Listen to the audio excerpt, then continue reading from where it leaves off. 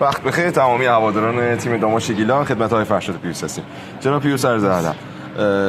ماهشهر هستیم، بازی حساسی داریم با ماهشهر در چارچوب هفته 24. بازی رو چطور می‌بینید؟ سلام علیکم خدمت مردم خوب رشت، مخصوصاً هواداران تیفوسی عزیزمون. در خدمتتون هستم. بازی است، خب خودتون سختیه. خب اینجا هم هوا خودتون می‌بینید چقدر گرمه.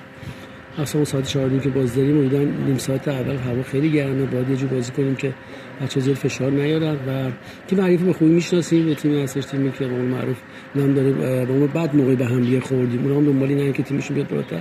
ولی ما علاوه تکتیکی و به نظر من بازیکنی برتری سه به تیم حریف خیلی سرتر هستیم، خیلی میتونیم برنده این بازی باشیم. شاید که بچه‌ها حرفای ما رو گوش کنن، تو این بازی هر بتونن موقعیت خوب استفاده کنن میتونه شاید خوبی داشته باشه. خودتون همه جدولی یه جوری که همه 40 37 36 هم نزدیک به هم هستن، ان شاءالله که بتونیم یه بازی خوب و جوانمردانه انجام بدیم که دل این هوادارانی که واقعا همشون دلشون با تیم ما هستن خوشحال کنیم ان شاءالله. قربان شما. سوال دوم، با ترکیب کامل اومدیم، محروم یا مصدوم چیزی نداریم؟ نه محروم داریم، نه مصدوم داریم. خدمت شما همه بچه‌ها یه رقم میلاد صفایی که وقت پاش با ما صدمه دیده که نیست پیش ما، بقیه بچه‌ها همه سر حال و قبلا هستیم.